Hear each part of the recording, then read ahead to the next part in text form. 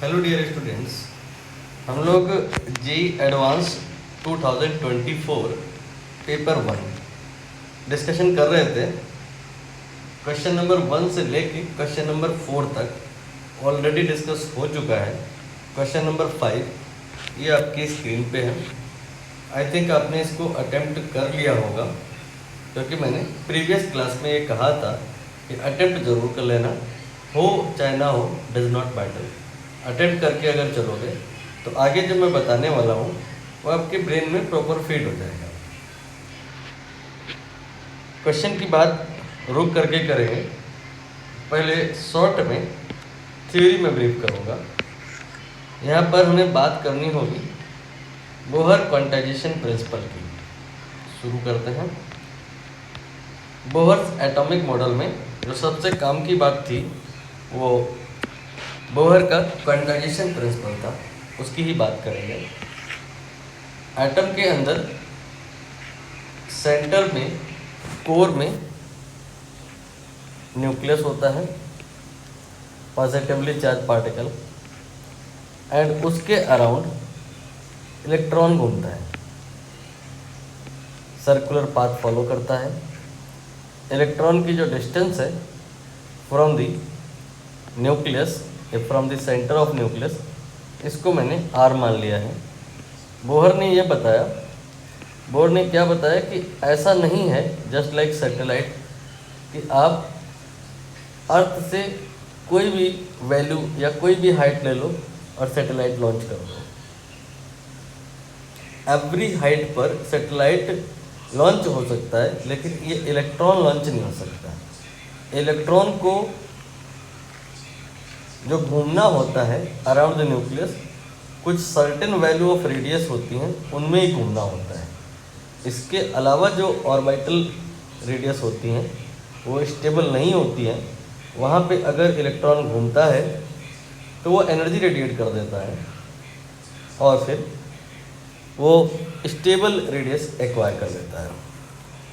अब प्रश्न उठेगा कि वो रेडियस कैसे पता लगाई जाए जो अलाउड है। इसके लिए बोहर ने कहा कि एंगुलर मोमेंटम जो होता है इसे आप NH/2π भी कह सकते हैं। एंगुलर मोमेंटम इसे आप MVR भी कह सकते हैं। ये NH/2π के बराबर होता है। इस H/2π को आप H कट भी लिख सकते हैं। मतलब इस इक्वेशन को सेटिस्फाई करने वाली जो रेडियस होगी, ओनली वही रेडियस स्टेबल होगी। वहीं पर इलेक्ट्रॉन जो अगर घूमेगा तो एनर्जी रेडिएट नहीं करेगा। इसके अलावा जितनी भी वैल्यूज़ हैं सब पे रेडिएशन रेडिएट होगा, इलेक्ट्रॉन स्टेबल नहीं होगा। तो फिर इस इक्वेशन से निकलेगा रेडियस, बट होगा कितना, वैल्यू कितना होगा।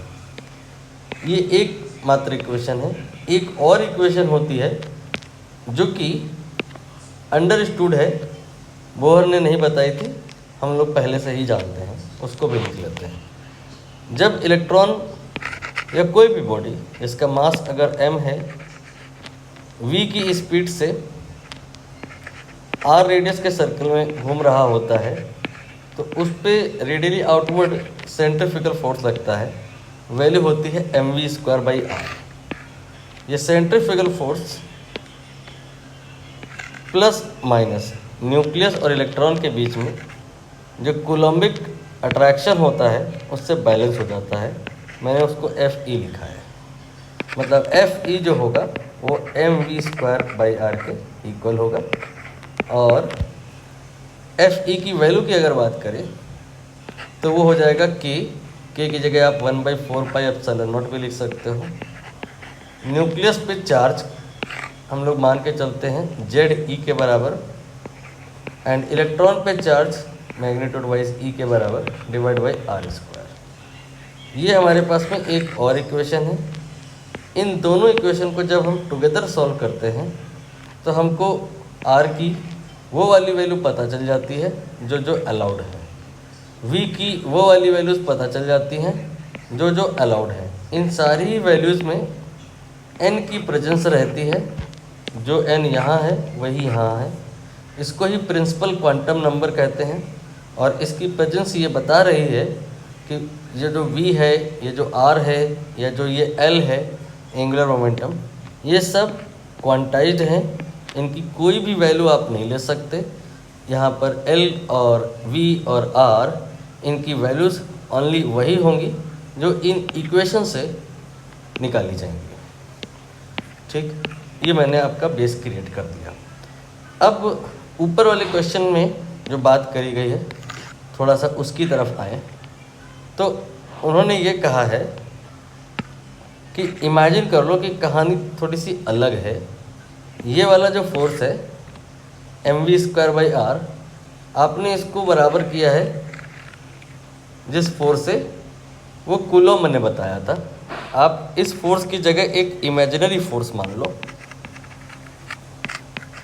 जो इलेक्ट्रॉन और पॉजिटिव चार्ज के बीच में, इलेक्ट्रॉन और न्यूक्लियस के बीच में फोर्स लग रहा है, उसको आप जो कूलॉम ने बताया वो ना मानो, उसको आप आर का फंक्शन तो माने, लेकिन जो ये r² से डिवाइड हो रहा है ये ना माने। मान लें कि ये k × r के बराबर है। आ जाते हैं क्वेश्चन की तरफ, देख लीजिए। कह रहे हैं एक पार्टिकल है, मास m है, सर्कुलर ऑर्बिट में under the influence of a central force. ये सेंट्रल फोर्स की वैल्यू है। ये पोटेंशियल एनर्जी इन्होंने ना भी बताई होती तो रिक्वायर्ड नहीं है। If force is given to us we can calculate potential energy, करेंगे तो यही आएगा। फिर कह रहे हैं according to the Bohr quantization rule angular momentum of the particle is n(h) cut and h cut is h/2π। ये ऑलरेडी मैंने आपको बता दिया। फिर कह रहे हैं कि v and e are the speed and total energy of the particle respectively. Then ये सारे ऑप्शन 1 बाय 1 आपको चेक करने हैं। तो क्या करेंगे, पहले तो equation number 1 Bohr quantization principle mvr = nh/2π। दूसरा mv²/r जो आपने इक्वेट कराया था दैट टाइम कोलम्बिक अट्रैक्शन से, वो नहीं कंसीडर करना है। यहाँ पर -kr है, इससे इक्वेट करना है। मैग्नीट्यूड वाइज kr ही लिखा जाएगा।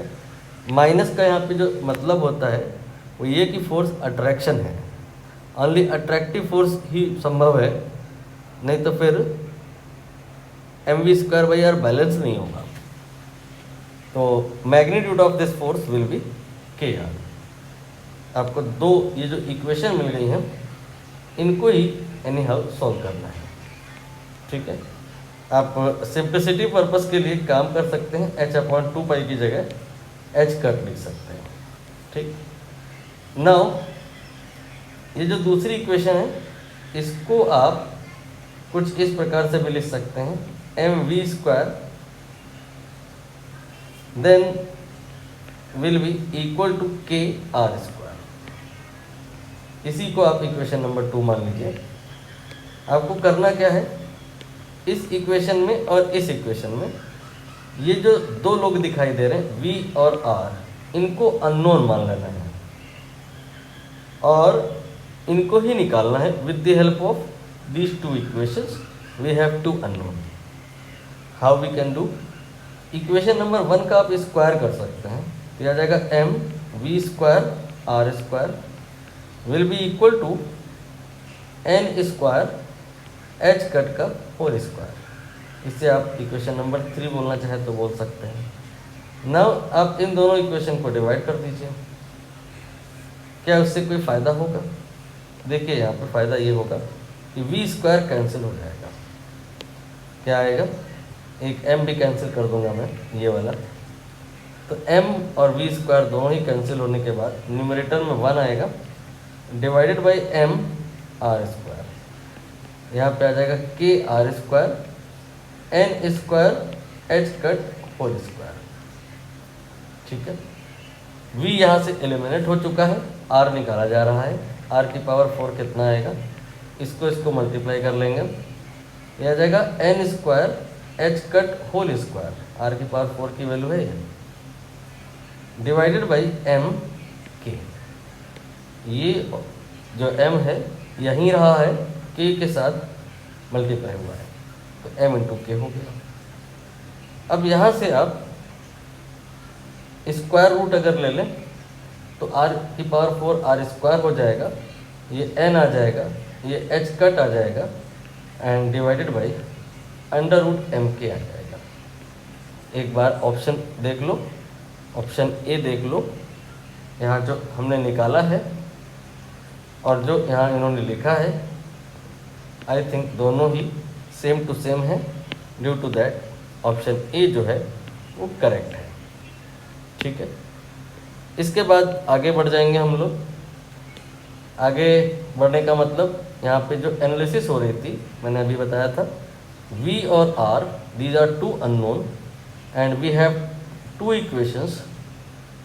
With the help of these two we have to find value of R, value of V. R तो निकल आया, अब V निकालेंगे। कहीं पे भी पुट कर सकते हैं, यहाँ पे कर रहा हूँ मैं, यहाँ पे तो थोड़ा मुश्किल दिख रहा है, यहाँ पे कर ले रहा हूँ। तो यहाँ पर एम स्क्वायर फिर वी स्क्वायर और आर स्क्वायर की वैल्यू जो हमने निकाली है वो रख रहा हूँ मैं, N H cut divided by under root में एम के। ठीक बात है, ये मैंने आर स्क्वायर की वैल्यू रखी है। इसके बाद ये हो गया एन स्क्वायर ये वाला and then H cut and इसके बाद उसका भी स्क्वायर। ठीक है, इसको सिंप्लीफाई करना है, ये ध्यान में रखते हुए कि हमें वी स्क्वायर निकालना है। तो यहाँ पर एक एच कैंसिल हो जाएगा, एक एन भी कैंसिल हो जाएगा, तो यहाँ पे एन बच जाएगा, यहाँ पे एच कट बच जाएगा। वी स्क्वायर आ गया एन एच कट, बाकी अंडर रूट एम के हो जाएगा क्रॉस मल्टीप्लाई में, और इधर आपका आई थिंक एम स्क्वायर रह गया है, जिसे आप m की पावर 4 लिख सकते हैं, बस अंडर रूट लगा देना। अब आप इन दोनों को टुगेदर कंसीडर करें तो m की एक वैल्यू कैंसिल हो जाएगी, फाइनली जो v आएगा, v नहीं V square, that will be N H cut then under root के अंदर k अपॉन एम क्यू। ये जो हमने निकाला है इसको हम कॉपी करेंगे, ऑप्शन नंबर बी की तरफ ले जाएंगे, देखेंगे मैच हो रहा है या नहीं। आप चेक कर लीजिए, ये देखिए N H cut under root में K upon M Q, option B ये भी करेक्ट है। अब remaining option like option C and D, इसको वेरीफाई करना होगा। तो यहाँ पर अगर हम ऑप्शन सी की बात कर रहे हैं तो हमें निकालना है L upon M R square की value, L upon M square की वैल्यू। एल क्या होता है, ये है एंगुलर मोमेंटम, जिसको आपने शुरुआत से ही कहा था M V R divided by M R square. ठीक है, यहाँ पर एम कैंसिल हो रहा है और एक आर भी कैंसिल हो जाएगा, v बाई आर आ जाएगा। L upon M R square ये जो पूछ रहे हैं इसको आप v बाई आर कह सकते हैं। और अब देखिए ध्यान से, v बाई आर कहीं पर आसानी से समझ में आ रहा था कि कितना हो जाएगा ये। इस इक्वेशन को आगे कंटिन्यू करिए तो V square by R square जो आएगा यहाँ से वो k बाई एम आएगा, तो v by R under root में ये k बाई एम हो जाएगा, यानी कि l by M R square जो होगा वो under root k by M के बराबर होगा। और यहाँ पर उन्होंने वही लिखा है, इसलिए ऑप्शन सी ये भी करेक्ट हो गया। नाउ अब लास्ट ऑप्शन, इसको भी वेरीफाई करेंगे। यहाँ पर E की बात हो रही है, E क्या है, टोटल एनर्जी। टोटल एनर्जी में kinetic energy and potential energy दोनों आती है। ठीक है, काइनेटिक एनर्जी कैसे निकाल सकते हैं, फार्मूला होता है इसके लिए हाफ एम वी स्क्वायर। ठीक है, वी स्क्वायर की वैल्यू आपने अभी अभी निकाली थी, रख दीजिए। एन एच कट, एम तो लिखा रहने दीजिए एटलीस्ट, यहाँ पर के ई लिख लीजिए पूरा पूरा, नहीं तो क्या है ना, आप कंफ्यूज हो सकते हैं। क्वेश्चन में ऑलरेडी एक के था, वो एक कांस्टेंट के लिए यूज़ किया गया था। तो kinetic energy will be half M and then V square की value that is N H cut under root में ये हो जाएगा के डिवाइडेड बाई एम क्यू। क्या किया है मैंने, ये वाली वैल्यू वी स्क्वायर की पुट कर दी है। सिंप्लीफाई कर लेते हैं लिटिल बिट, हाफ, इसके बाद में ये जो m है इसका मैं स्क्वायर करके स्क्वायर रूट के अंदर ले जाऊंगा, तो उसको अभी छोड़ के बाकी लिखो N H cut under root में k upon m r। Clear है? नहीं, बस इतना ही, ठीक है। तो यहाँ पर जल्दबाजी में आपको ऐसा लगेगा कि ये ऑप्शन सही है, बट नहीं, आपने जो निकाला है ये काइनेटिक एनर्जी की वैल्यू है, ना कि टोटल एनर्जी की वैल्यू। और इन्होंने यहाँ इसी सेम क्वांटिटी को टोटल एनर्जी बोल दिया है, ड्यू टू दैट ये रॉन्ग है। इसमें पोटेंशियल एनर्जी जब आप ऐड करेंगे जिन्होंने दी है, तब जा कर के टोटल एनर्जी आएगी, जो कि इसके बराबर नहीं आएगी। आप चाहे तो करके देख लीजिए। तो यहाँ पर only A B C found to be correct. अब जो अगला क्वेश्चन है वो क्वेश्चन नंबर 6 है, आपकी स्क्रीन पे है। इसे आप चाहे तो अटेम्प्ट कर सकते हैं। इसका डिस्कशन हम लोग नेक्स्ट वीडियो में करेंगे।